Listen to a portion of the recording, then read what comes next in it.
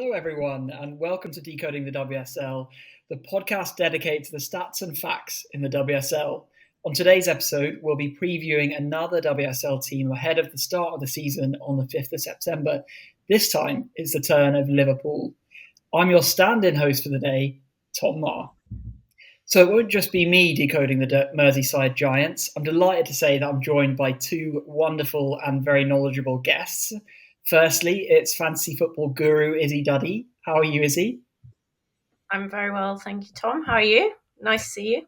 Nice to see you too. I'm very well as well. Delighted to have you back with us, previewing this WSL season. This is this is where you start getting cracking, isn't it, with the fantasy stuff? And not that you ever stop, really. Yeah, I need to start thinking. I've got one eye on all the transfers coming in and have to start thinking about where they go. So yeah, it's going to be a fun month for me and my spreadsheet, I think. So every time a transfer comes in, are you just like 4 million or 12 million or, No. No, if that was the case, we'd have a lot more complaints. I have to get rigorously checked and verified before I'm allowed to just put a random price on it. Otherwise, Chloe Kelly would just be 12 million and no one else.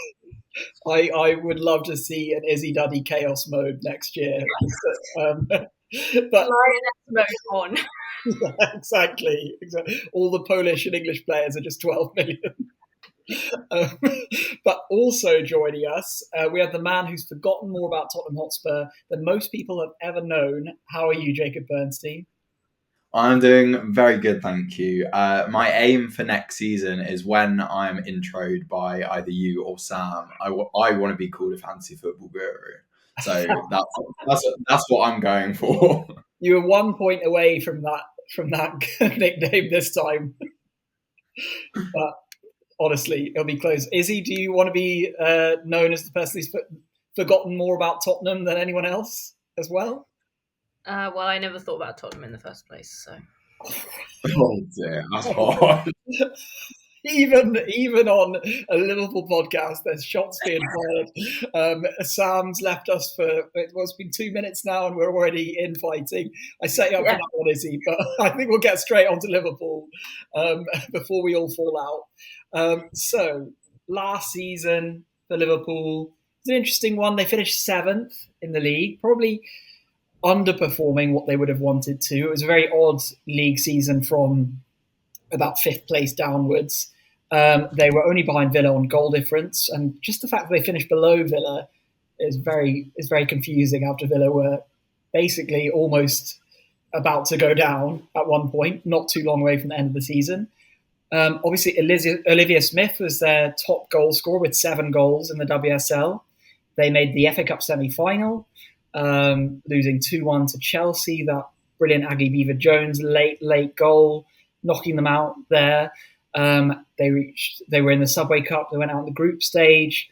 And of course, the big headline last season was that Matt Beard was replaced by Amber Whiteley on an interim basis. And Amber Whiteley led them to that finish in the end. It doesn't look like she's going to be getting the job anytime. Like it looks like for the moment that Gareth Taylor might be nearing that. But I wanted to just take it back to last season. Jacob, I'll come to you first.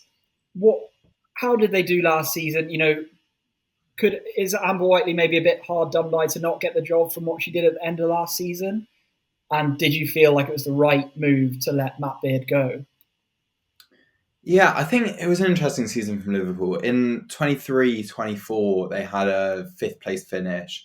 So I think kind of, obviously, if you have a 5th place finish, you maybe expect to kind of build on it, kind of push the top 4. So I think in that respect, they'll be slightly disappointed. Obviously, with the kind of change in manager in the middle of the season, just looking at Matt Beard's record, they won 4 games in 14. In their first 14 WSL games. That's 4 wins, 3 draws and 7 losses. They were sat 7th when Matt Beard left with a 29% win rate. And then, I mean, they obviously finished the season 7th as well. So maybe on the surface of it, not much changed. But just having a look at the stats when Amber Whiteley came in, there were 3 wins, 1 draw, and 4 losses in the WSL, which was a 37.5% win rate, so a slight improvement. I thought when she came in, there was a pickup in Liverpool performances, and they had a couple of really good results. They beat Arsenal in the FA Cup quarter-final, which was very impressive. They had that probably their highlight of the season, that 3-1 win against Man United at Anfield. And then, look, whilst it wasn't a win, kind of pushing Chelsea close in the FA Cup semi-final is still impressive. So I think there definitely was a pickup from Liverpool. Maybe Amber Whiteley's been slightly hard done by not to keep the job, but as per report, I think she's going to stay on the coaching staff. So yeah, it would be good. It's positive that she'll still be involved in the Liverpool setup. Absolutely, I completely agree. And Izzy, what do you think? I mean, obviously that FA Cup semi-final maybe made their season look a little bit better than perhaps it was. What was your view on Liverpool last year?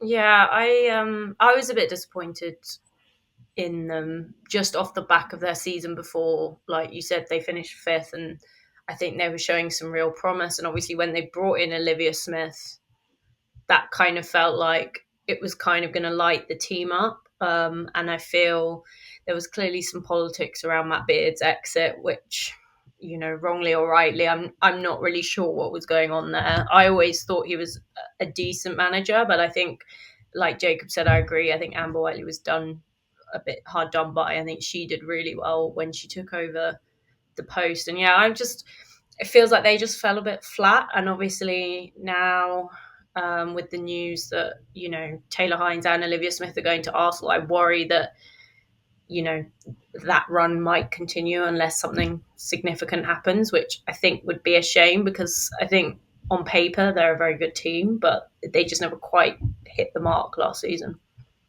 Yeah, that's a very good point you raised there, Izzy. It's 2 of their star players really key to the way they want to play. And maybe we'll move over to that now about the changes that have happened over the summer. So I'll go through the new contracts. They've had some encouraging contract renewals with Jenna Clark, Grace Fisk, Kerry Holland, Rachel Laws, Faye Kirby, Mia Enderby, Fuka Nagano, and just today, Gemma Bonner all renewed their contracts. But of course, we've got those departing players. Both the captain and vice-captain from last season won't feature for Liverpool this season. Nee Faye, of course, retired, and Taylor Hines joined Arsenal. And I just want to talk about those 2 to start off. Jacob, how big a miss are those 2 going to be? And who's going to step into that leadership role with those 2 out of the picture? Yeah, I think it's definitely a summer of change at Liverpool. Just kind of looking at maybe who's departed. Obviously, you mentioned Farry and Hines, but there's also been a couple of other kind of long-term players that are leaving. Yana Daniel has been at Liverpool since 2021. Jasmine Matthews has been at Liverpool since 2021. Neve Farry been at Liverpool since 2018. Taylor Hines been at Liverpool for 5 years since 2020. So you almost see a bit of a shift in kind of the experienced Liverpool players maybe moving on. And yeah, I mean, obviously, Olivia Smith going to Arsenal, that's kind of maybe the biggest WSL transfer news one of the biggest WSL transfer news of the summer, and kind of losing the experience and then losing the kind of threat and kind of quality that Olivia Smith brings. I think we'll get onto the incoming players later, but I think, yeah, it could be a challenging season coming up for Liverpool. I think on the contract side, I think there's a lot of positivity from the kind of contract extensions. I think if you look at all of the players that have signed contracts, they all kind of have contributed quite a lot for Liverpool over the course of the 24-25 season. So Jenna Clark has started 14 WSL games for Liverpool. Grace Fisk started 16. Kerry Holland started 18. And got 3 assists, which may not sound like much, but that was the most for Liverpool. Rachel Laws was obviously Liverpool's starting goalkeeper, but started 15 games. And then Fuka Nagano is probably the one that I'm most encouraged by in terms of contract extensions. 18 starts, 1 goal, 2 assists. And yeah, I think could be a good season for her. Again, we'll kind of get onto that. But yeah, I think that's kind of my assessment on it. Absolutely, I agree. Yeah, Fuka Nagano was that goal at Anfield in the game you mentioned against Man United. Not a bad way to get the goal if you're going to score one in the season. And then obviously as well, Gemma Bonner, who was their captain last time they won the WSL. She's signed a new deal as well. I'm imagining that's going to be quite important from a leadership perspective. So Jacob alluded to it then, Izzy. Olivia Smith, a world record fee. She's moved from Liverpool to Arsenal. Obviously, Liverpool have made a huge profit from that signing, or from selling her now after signing her for, was it in the region of 200,000 last year. I have two questions for you on this one, Izzy. How do Liverpool replace Olivia Smith, and just how big of a loss is she to Liverpool? Well, I think I can probably answer your second question with the first, which is that I don't think you can replace Olivia Smith. At least for Liverpool, I think, yeah, like I said, she kind of lit a fire in them, and I think she was really needed up front. I don't think that's to say, they can't be successful without her. She didn't carry the team, but I think they will need to bring in some serious, threat up front to sort of replace what Olivia sort of brought to the team.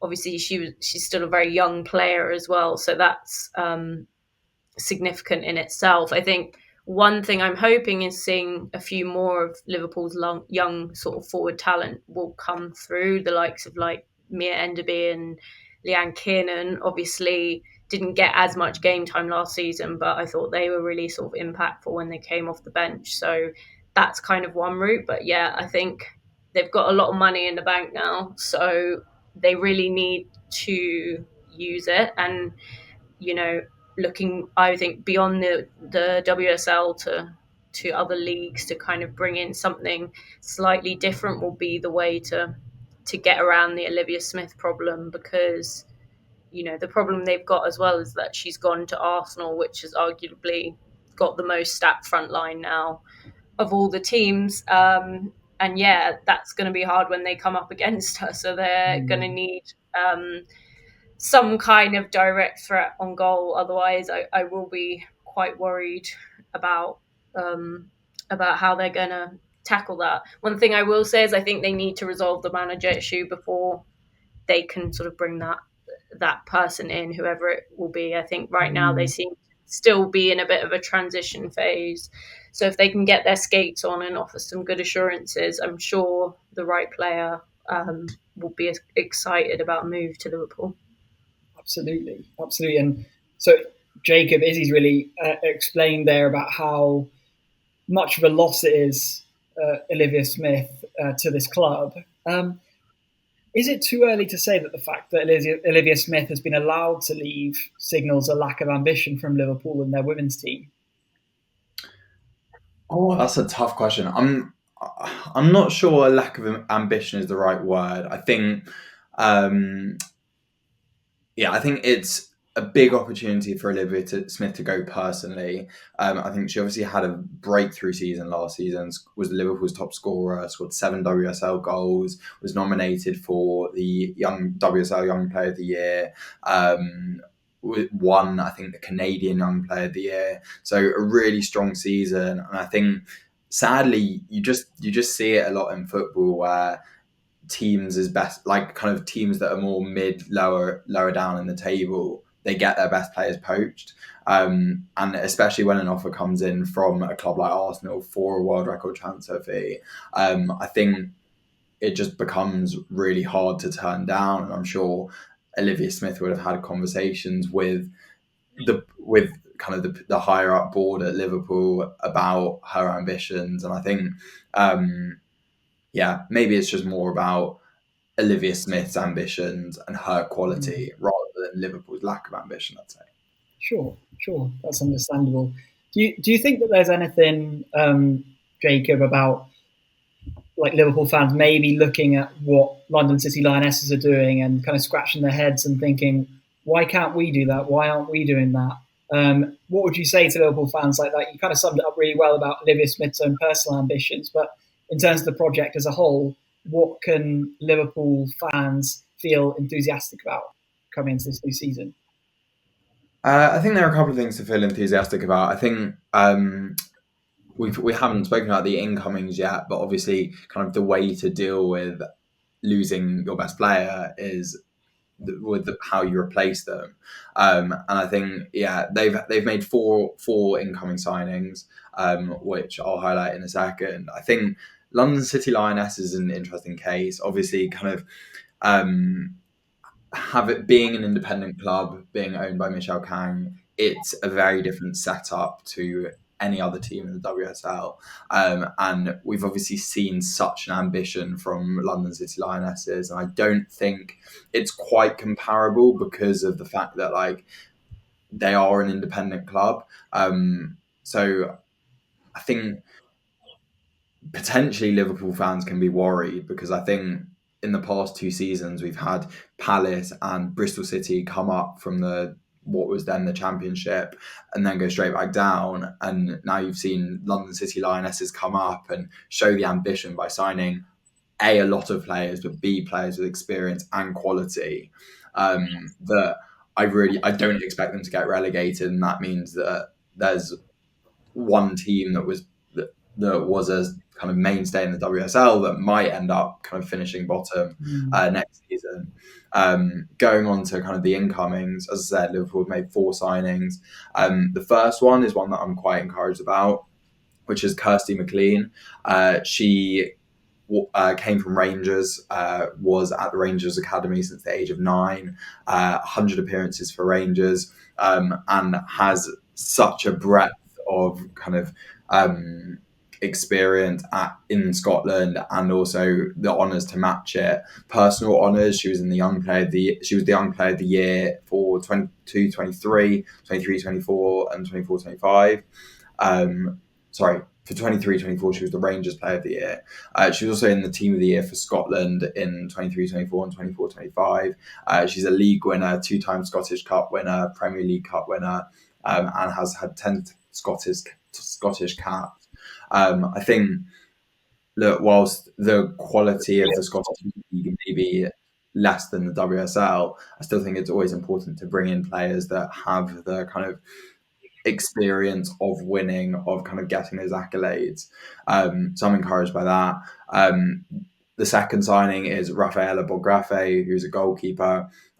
She's been at Freiburg for 12 years, since the age of 13. She's 25. She had 19 starts for Freiburg in 24-25. And she represented Germany at under 19, under 20, and under 23 level, and was on standby for the Euros that had just happened. The third one is probably the one I'm most encouraged by, which is Samantha Kerr. We saw her arrive on loan at Liverpool in the second half of 24-25, making 11 starts. She's experienced in Scotland as well, winning 4 Premier Leagues with Glasgow City and 1 with Rangers. So Samantha Kerr has also had that experience with Kirsty McLean as well. Samantha Kerr has won the Frauen Bundesliga recently with Bayern Munich too. And the final player that they signed is someone that we've seen a bit more of, which is Lily Woodham, who was on loan at Crystal Palace in 24-25. Obviously, maybe not the best season for Palace as a whole, but Lily Woodham still played 19 WSL games. She joined Palace on loan from Seattle Reign, but has had previous experience in England. Maybe not in the WSL, but kind of lower down the pyramid. So I think they have brought in some good players there, and I think that's probably the thing to take encouragement from. And that's 4 signings. We're still a month away from the start of the season, so I think there's definitely signs of encouragement. Absolutely, yeah. Those 4 signings, I think they're 4 really exciting signings, really good signings, positive. And I know that there's a lot of excitement surrounding Kirsty McLean. I think a lot of people in Scotland rate her very, very highly. Izzy, which of those 4 signings, is there one of them that you are more excited to see than others? Obviously, we knew We saw a bit of Lily Woodham last year. She was a very exciting player, one of Palace's best players, but maybe in a little bit more of a progressive defence or a team that's able to have more control in games, she might have a bit more luck. What do you think? Which of those players excites you the most? It's hard because I think they all for different reasons. Like you say, Kirsty McLean, I think that will be a really nice sort of injection of that mix of like young talent, but also experience. For me, Lily Woodham is standout just because I think she was brilliant last season with Crystal Palace. I think she showed real promise, and obviously she was on loan from Seattle Reign, which is not a club to be sniffed at.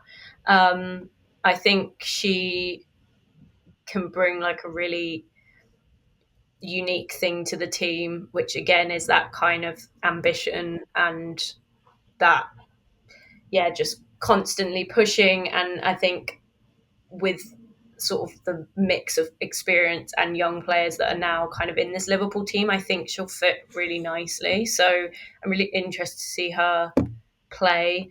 I would say as well, Samantha Kerr, not the Sam Kerr, the other Sam Kerr. She was one of my, I was so excited to see her come to the WSL last season, and I feel like she never quite sort of made her mark on Liverpool. So now that she has made the permanent move there, I'm excited to see more of her because I've seen what she can do at Bayern and obviously for Scotland as well. And I think she is a real upcoming talent, and I think she just needed a bit more time to settle in. So yeah, I'm hoping we get to see that now. Now she's a permanent fixture in the team. Fantastic. Yeah, I think that's really exciting to see how she gets on this year. Maybe a little bit more settled as well, knowing that she's not going to be on loan anymore and that the club have shown that faith in her to sign her. So I suppose moving on from changes on the pitch, we're looking at potential changes off it. And obviously, heavily linked with the vacancy at Liverpool is Gareth Taylor, former Manchester City manager.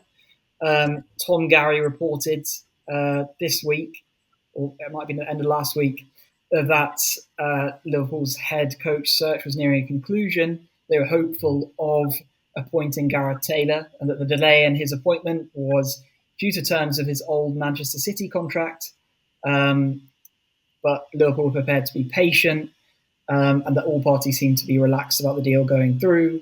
And they felt that it was important, Liverpool felt that it was important that they hired the coach that they wanted long term. Now, Izzy, I want to ask you about Gareth Taylor. Obviously, he's coming from a team that Liverpool have ambitions to be on the same level as. Is this an ambitious appointment, or do you have reservations about this appointment? I always like to be controversial about coaches, just because. No, I like Gareth Taylor and I respect what he does because I think he was very good at City. Obviously, there were some issues sort of on a personal level with the team that clearly came to a fore towards the end of last season, and obviously, I don't think that plays into this because as a coach coming in fresh to a team, you have the chance to build new relationships and kind of impose different styles of practice on depending on the team you're coaching. I just think this would have been a really nice opportunity for Liverpool to do something a bit left field, because that's what it feels like to me is needed for the team, and why I was sort of silently gunning for Amber Whiteley. I think, similarly to what happened with Renee Slayers at Arsenal, having that continuation through the team is, especially in a period where so many players are leaving and so many experienced players as well. I mean, I know Jacob mentioned she's staying on, or reportedly staying on as part of the coaching team, but I think she could have been a better option, or indeed just like someone kind of completely different out of the league. No one sort of established within, like, Gareth Taylor feels a bit traditional almost, and Liverpool might just need a slightly different style of thinking. So I personally would have liked to have seen that brought to their game, but I don't, that's not to say that Gareth Taylor won't bring the best out of the players, because I'm sure he will, as he's done so well at City. But yeah, I think it might have been a bit of a missed opportunity to, get some new blood in and shake things up a little bit. Yeah, that's a really interesting point there, Izzy. I feel like Amber Whiteley did do a good job at the end of last season, and obviously, as Tom Gary reported, Liverpool are very impressed with Amber Whiteley, and they want her to stay within the club. But there's going to be eyes on her when the first vacancy goes. I think teams might. We know it's going to come. It was a huge season for sackings last year, wasn't it? So you could see teams talking to Amber Whiteley, and you wouldn't blame her at all if that was something that she wanted to do, take up a head coach role elsewhere. And obviously she's in the Ireland setup as well, so she's getting a lot of experience now as a young manager, and an exciting one for the future. Jacob, I want to get your thoughts on this. So obviously Gareth Taylor came within a goal difference breath of the title a few years ago. Didn't work out last season for him. How do you view this appointment? Do you think he's going to take Liverpool to another level? I think it's really hard to know. I think Izzy made a couple of really good points around maybe, kind of it being the more traditional pick. I think I agree with the fact that it would have been quite refreshing almost to see it go to Amber Whiteley. But I think, it's maybe hard to look past the fact that, Gareth Taylor has a relatively strong resume. I think with the WSL, it's obviously one of the strongest women's leagues in world football, and what's kind of better than experience in the league. I think that's something that is very valued about Gareth Taylor. Obviously, maybe his City exit last year wasn't kind of the best exit possible. I think it was a really tough year for City. Reasons are probably mixed. I think they obviously had a massive injury crisis, which definitely played a part, but obviously didn't kind of live up to those expectations that they set the year before, challenging Chelsea so close. I think when it comes to almost like expectations, like in some respects, the expectations of Gareth Taylor at City aren't too dissimilar from the expectations at Liverpool. And the only reason I say that is because at City, his expectations probably would have been close the gap on teams like Arsenal and Chelsea and try and finish in the Champions League positions. Whereas I think his expectations for Liverpool, especially considering Liverpool have finished 7th and 5th in the last 2 years, which is basically, they were the best of the rest in 23-24, and then they were not far off it in 24-25. I think there was a time last year where they easily could have got 5th, and it could have been them or Brighton, but Brighton ended up getting it. And I think the expectations of Gareth Taylor at Liverpool will be, as is probably for a lot of WSL clubs, close the gap to the top 4. And I think he's been given a very difficult start with those exits, and that can always be difficult when you have a new manager coming in, and you have players of experience and players of quality leaving. So it's almost like a new era. But I think there are some positives to draw. Yeah, I think you've both made some really good points about him. I'm really intrigued to see how this one plays out. Maybe not least of which in kind of his play style as well, because we know he's very much a City group manager.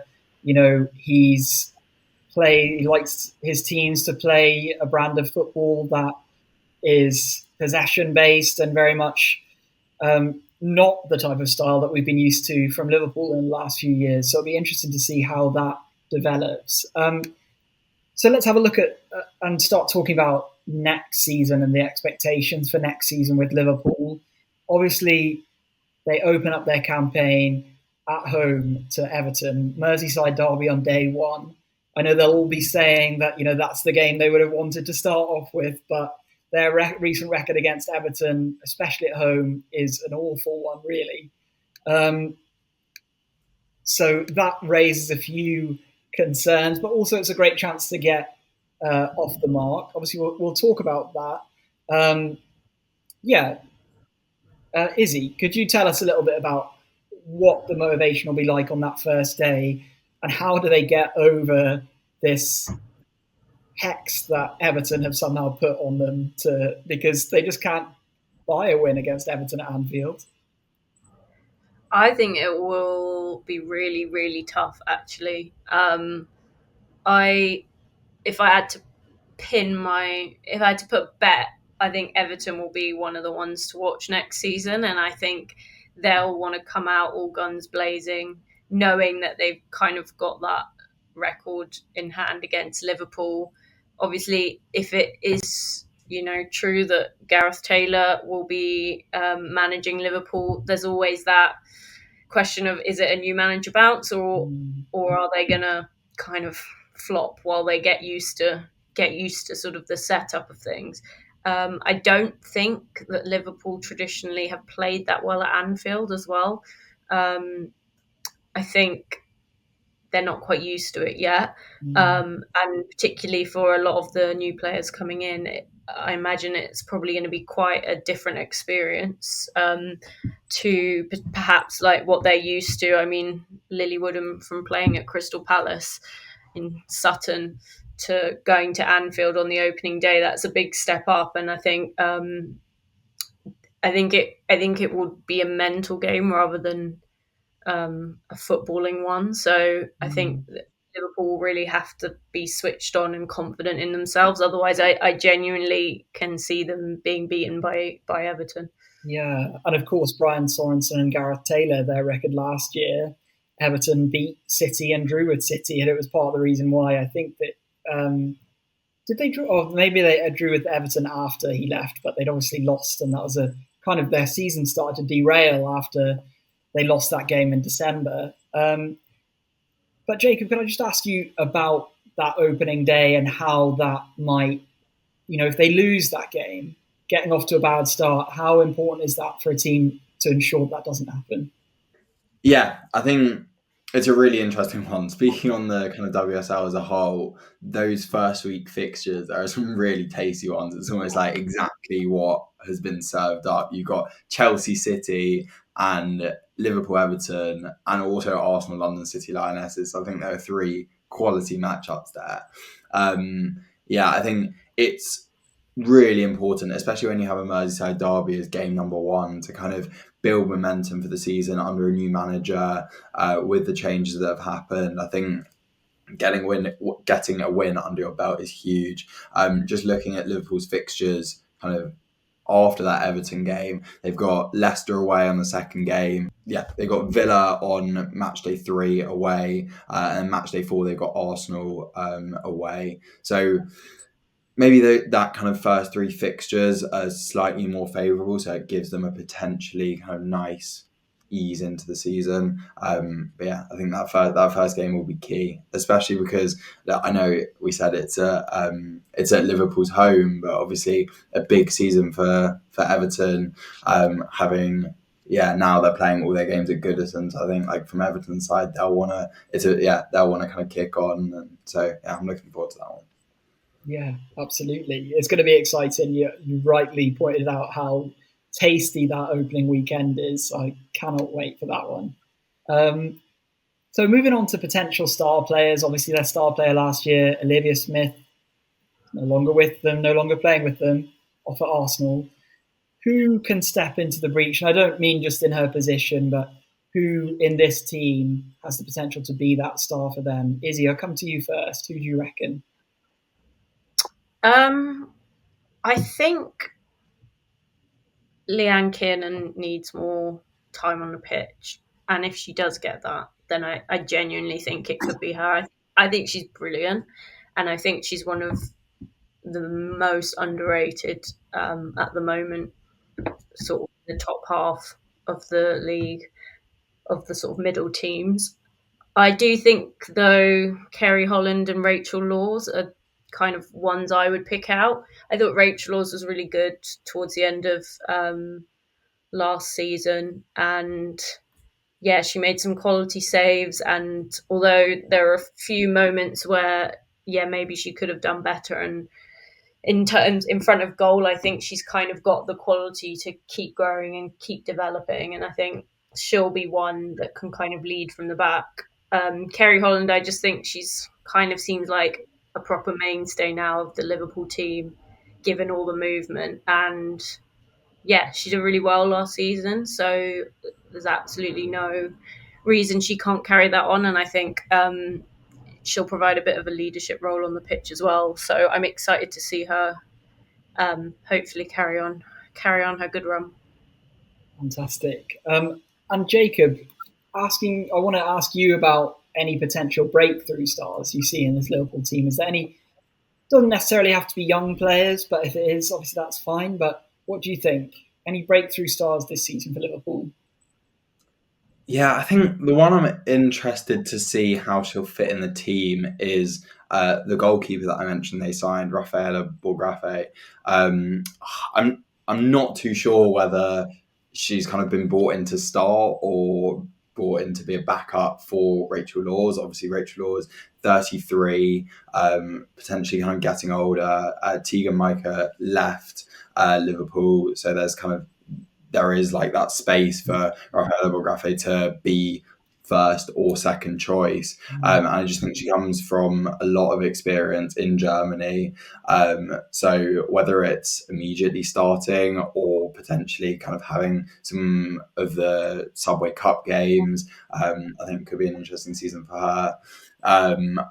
I mentioned before Fuka Nagano, excited to kind of watch her next season. And then also we spoke about Kirsty McLean as kind of new signing. I think, coming from Scotland, bringing that experience, I think she'll be, an exciting one to watch. Yeah, you both picked out some really interesting players there. A lot of exciting players in this team. And so where do we think they're going to finish in the league? Do we think that this is a team that's going to be pushing the top 5, top 4, or will they be looking nervously over their shoulder at the relegation zone? What do we think? Izzy, I'm going to put you on the spot first. What do you think? I'm going to be boring and play law of averages and say 6th. That's more than fair. What do you think, Jacob? Yeah, I don't think too dissimilar. I think as the kind of seasons go on and as we see the WSL expanding from 26, 27, I think the quality of the kind of mid and lower teams will start to improve. And I think we saw it a lot at the back end of last season. I think Villa had a very strong end to the season with 5 wins in a row. Everton looked pretty strong towards the end of last season. I think playing all their games like Goodison will kind of bring momentum for them. We saw such a strong second half of the season from West Ham. Having some really nice results in that second half of the season. So I think it could be a difficult season for Liverpool. I'll go with maybe like 7th or 8th as a kind of prediction. I think, ideally they'd want to be pushing on towards the top half, but I think maybe realistically it would be kind of the like upper lower half of the table. Yeah, I think I'd be inclined to agree with you both about that kind of 6th to 8th range for them. It's very difficult, to be fair, to kind of predict right now because we've still got a whole month as to what signings they might make. They might lose some of these key players. Obviously they're going to bring their manager in. Who knows who he might bring in? Whether that'll be a draw to players. I know that he has really positive connections with the Japanese national team. So I wonder whether some of those really technically gifted players might be introduced, but we'll have to see. So thank you both for making those predictions because it's not easy this far out from the season beginning. I've got my notes here. Any other hot takes? So I'm just going to leave it open to you both. Do either of you have any hot takes that you want to deliver about their season, Liverpool's season? Anything you think might happen that we haven't spoken about or that'll become an iconic Barclays moment. You know, this is your chance. It's your chance. Oh, I don't know. I want on record that I really want them to do well because I feel like they should. Yeah. But I express concern for all the reasons I've mentioned. But I do think they should do well. Whether they will is a completely different matter, but they should. Yeah, I agree. I agree, Jacob. I've not really got any hot takes, to be That's honest. more I'm than fair. not going to claim anything. What I will say is on like star players and kind of when we were speaking before about who could kind of step up and fill Olivia Smith's shoes, I think two of Liverpool's attacking players, if you look at their goal contributions from last season, the two that followed Olivia Smith were Marie Herbinger and Sophie Roman Hogg. So, you know what, I'll throw out a hot take because Marie Herbinger has, I think, got a goal and an assist in her last like 4 games against Tottenham. So I reckon she'll have a goal contribution for Tottenham. I thought you were going to do a really big macro thing about how Herbinger was going to be like top scorer in the league. It's just poor Tottenham can't even catch a break in this episode. But I agree. I think Herbinger is a really exciting player as well. Like she's one that I think it's really important for them to keep hold of. Such good delivery, has a banger in her pocket, and you know she is a real fantasy WSL asset. And Izzy, obviously, we're kind of looking at fantasy WSL 2. It hasn't launched yet. Starting soon, I believe. What can we expect from Liverpool in terms of fancy WSL? I'm presuming you haven't done any of the pricings yet, but is there any player that before that you're thinking will get returns on the game? Or Yeah, I think it kind of ties in with what we've been saying, but I think Liverpool, it's kind of double-sided this season. I think probably what will inevitably happen is that they will have some slightly lower price players than they had last season just because of where they finished and probably more of the insecurity around where the team is headed this season. So on one side, I think it's going to be a really good team for like those like little gem finds. I think Hobing has always been like one of the most popular players in fantasy. So I don't think that will change, but she might at least be a little bit cheaper than she was before. What I will say as well is that, players like Kirsty McLean, I think, will be good for visionaries because generally at the beginning, if no one's heard of them, they won't pick them. Famously, Olivia Smith was a visionary for the first 2 weeks of Fantasy WSL until everyone realised she could score loads, and then she shot up by 8% or something ridiculous. I think it will be a good team to target, but on the other side of the coin, those opening fixtures, I think personally, when I'm building my team, I will maybe hold off them just until I kind of see how the dust settles, because I just really can't really work out how they're going to sort of set up at the moment. And I feel like there's probably more reliable options, but if you're a risk taker, I think there's definitely a plentiful amount there to go on. Jacob, are you a risk taker? Not too much. I think it's really difficult. I think if you're looking at players, you've kind of seen Olivia Smith as probably the best Liverpool attacker, and Taylor Hines as, I'm not so sure about fantasy, but maybe the best Liverpool defender, leave. So options kind of look difficult. I'd agree with Izzy on Marie Herbinger, as I mentioned before. I think if you're looking for goals and assists, she'd probably be the one. Not too certain on the Liverpool defence, but I think, Fuka Nagano and Kirsty McLean, as I mentioned before, could be relatively lowly owned. So for visionaries, they could be the ones to go for.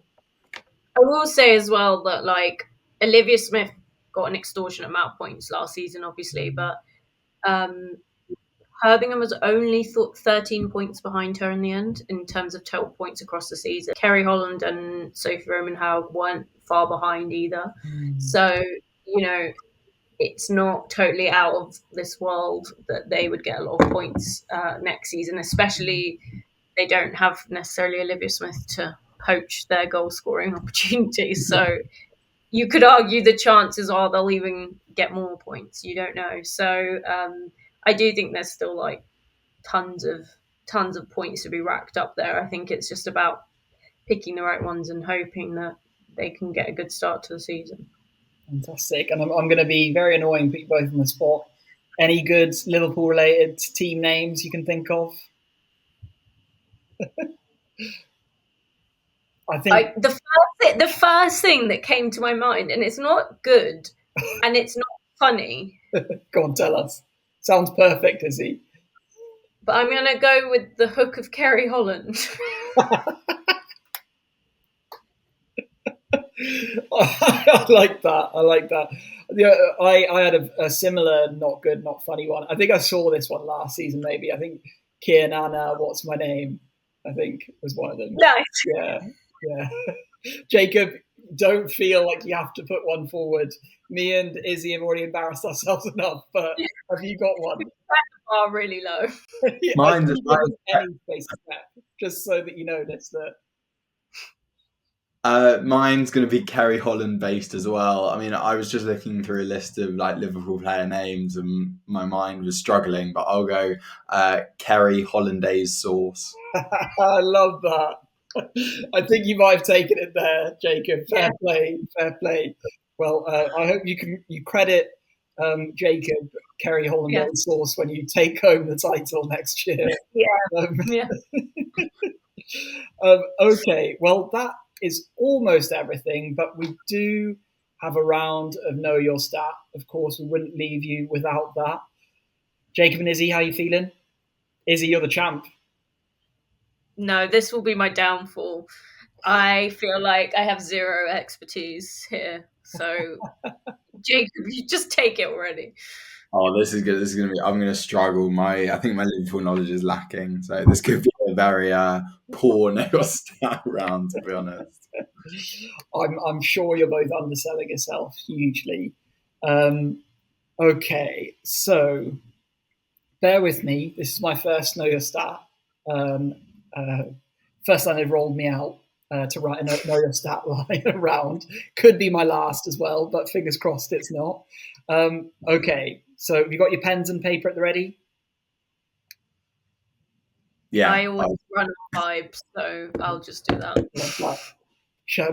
She's in your head already, Jacob.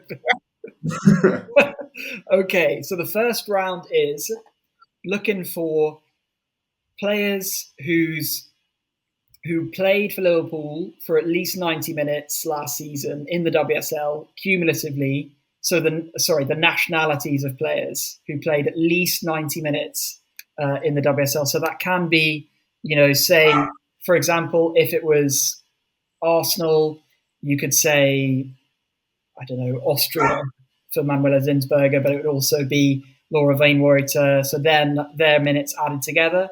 So we're looking for at least 90 minutes, a nationality that was represented by Liverpool. Okay. So, Izzy, as the champ, I'll come to you first. What have you got? Wales. Correct. Wales is correct. Jacob? I'm going to go England. England's correct. Izzy, back to you. Japan. Correct. Jacob? Canada. Correct. Izzy, back to you.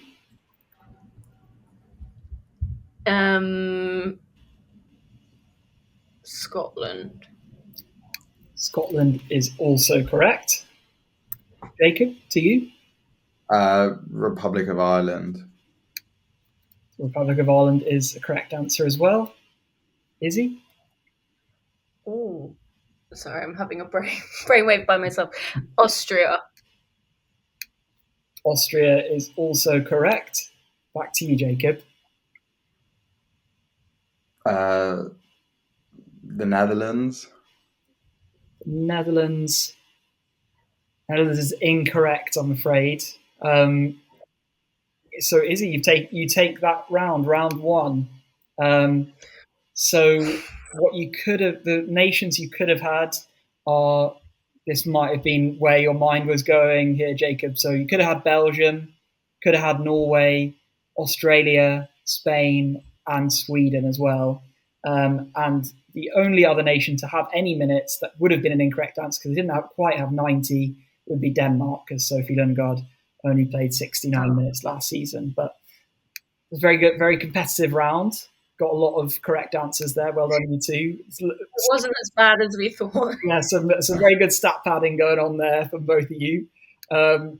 Okay, so the next question. Now, this is you won't probably forgive me for this one, but the next question is Liverpool top scorers since the first WSL season in 2011. So the top scorer for Liverpool in that particular season, it doesn't matter what league they're in, if they're in WSL 2 or WSL 1, any top scorer for Liverpool since 2011. Jacob, you kick this one off. Olivia, they had to be the top scorer in that season. Just in that season, yeah. In the WSL. Olivia Smith. Correct. Izzy? God.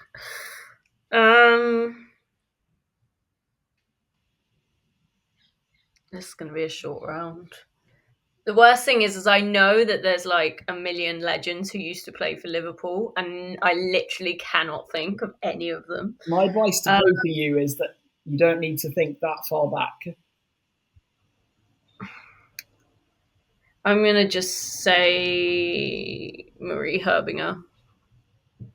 Marie Herbinger is an incorrect answer, I'm afraid. That was a very difficult round, I'm sorry to say. If it makes you feel, sorry, I was going to say, if it makes you feel any better, I was going to say Marie Herbinger next. Sorry. That is literally all I know that so many people, like when you say them, I'll know them, and it's really annoying me. No, this was a difficult one. It really was. So don't. You're still a champ, basically. Okay, so Sophie Roman Hag would have been a correct answer. Katie Stengel as well. Leanne Kiernan, Rachel Furness, Rinsola Babajide, Courtney Sweetman Kirk, Bethany England, Caroline Weir, Natasha Dowie, Gemma Davison, Farrah Williams, Kelly Jones, and Hannah Keriakopoulos would have all been correct answers. But yeah, that was a very difficult round. So I sincerely apologise to both of you for that one. But moving on, we're level now. So that's made it very exciting for everyone listening at home. I did it on purpose. Yeah, thank you, Izzy. We appreciate you. Yeah. Appreciate you. People won't switch off now because we've got this final make or break clash. Okay, so what we're looking for now is the top 10 most attended WSL fixtures that included Liverpool last season. So I'm looking for the team that they faced and whether it was home or away in your answer. Okay? So Izzy, we'll start with you. Arsenal away. Correct. That was the highest attended game that Liverpool played in last year in WSL. 35,000 went to that one. Jacob? United at home. Yeah, another correct answer. 15,000 went to that game. Izzy? United away. Another correct answer. Manchester United away was 4,000 went to Leeds Sports Village for that one. Jacob? Everton at home. Everton at home is another correct answer. 15,000 went to that one.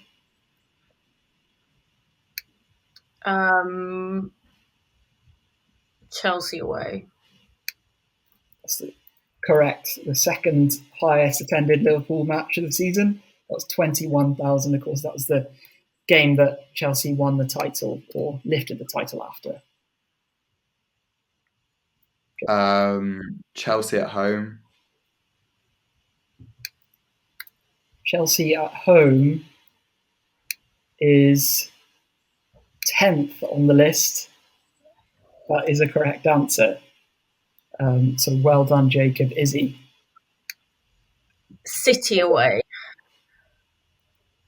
City away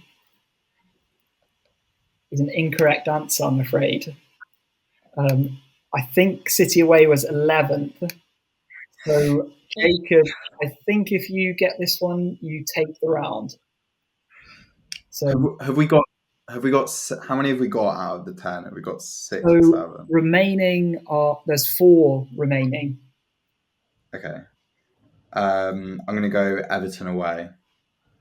Everton away is a correct answer. That was 10,000. So congratulations, Jacob. You've taken the round there. Well done. And the win. So the other answers that were correct would be Manchester City at home was 17,000, and Arsenal at home was 5,000, and Brighton away was also in the top 10. So well done, both of you, but well done, Jacob. Another really competitive round. I have another round that would have been the tie-break round. Obviously, we're not going to use it. Do you want to do a little tie-break round, even for fun? Or, Jacob, are you willing to put your win on the line? Or I'm not willing to put my win on the line. No, I'm taking it. I won't do that to him. I'm happy to do it. We'll do it for Jacob fun then. Take his glory. No, I'm happy to do it for the fun. Okay, brilliant. All right. Okay, so final one. Any player who got a goal involvement for Liverpool in the WSL last season.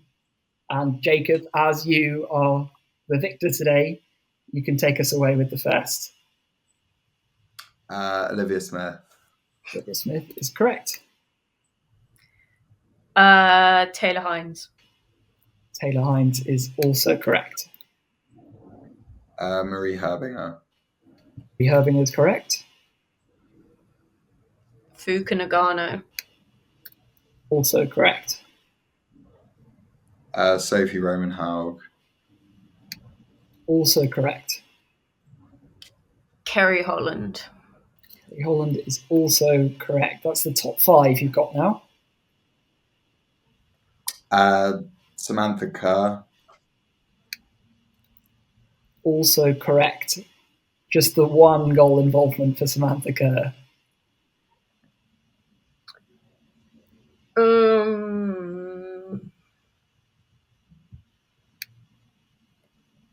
Gemma Bonner. Gemma Bonner is also correct. Grace Fisk. Grace Fisk is also correct. There's only 2 left now, actually. Leanne Kiernan. Correct. Actually, sorry, there's 2 left now. Leanne Kiernan is correct. Jenna Clark. Jenna Clark is an incorrect answer, I'm afraid. Izzy, if you can take this for the friendly win. Very apt to have a friendly in pre-season. But if you get this one, you win the round. I've run out of players. This is very hard, I've got to say. I can only think of one more player. I'm pretty sure it's wrong. So, all right. Well, I'm just gonna have to say, I'm gonna have to say Mia Enderby because she's the only one I can think of. Mia Enderby is an incorrect answer, I'm afraid. Jacob, do you want to give it a go, or have you got another thing? We could be going on for a while here. I'll go Neve Farray because I'm down to the defenders. I'm afraid that's an incorrect answer. We'll call this friendly a draw. Yeah. Shall I give you a clue about both of them? Yes, please. So one is Swedish and the other's Welsh. I think one scored more own goals against Liverpool than they did goals for Liverpool last year. Oh,